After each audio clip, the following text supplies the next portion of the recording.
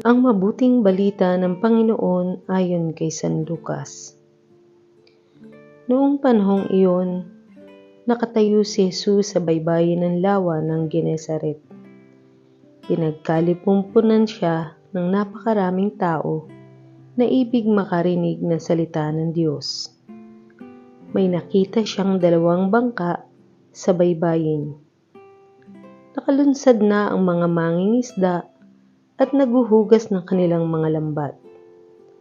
Lumulan siya sa isa sa mga bangka at hiniling kay Simong may-ari nito na ilayo ng kaunti sa tabi. Naupo siya sa bangka at nangaral sa mga tao. Pagkatapos niyang magsalita ay sinabi niya kay Simon, "Pumalaot kayo at ihulog ang mga lambat upang manghuli." Sumagot si Simon, "Guro, magdamag po kaming nagpagod at wala kaming nahuli. Ngunit dahil sa sinabi ninyo, ihuhulog ko ang mga lambat." Gayon nga ang ginawa nila at sa dami ng kanilang huli ay halos magkanda sira-sira ang kanilang mga lambat. Kaya't kinawayan nila ang kanilang mga kasamang nasa ibang bangka upang patulong, at lumapit naman ang mga ito.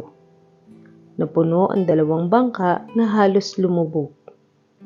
Nang makita iyon ni Simon Pedro, siya'y nagpatira pa sa paanan ni Jesus at nagsabi, "Lumayo po kayo sa akin, Panginoon, sapagkat ako'y makasalanan."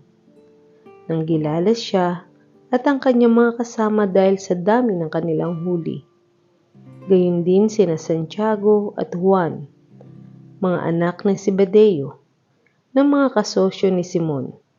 At sinabi ni Jesus kay Simon, "Huwag kang matakot.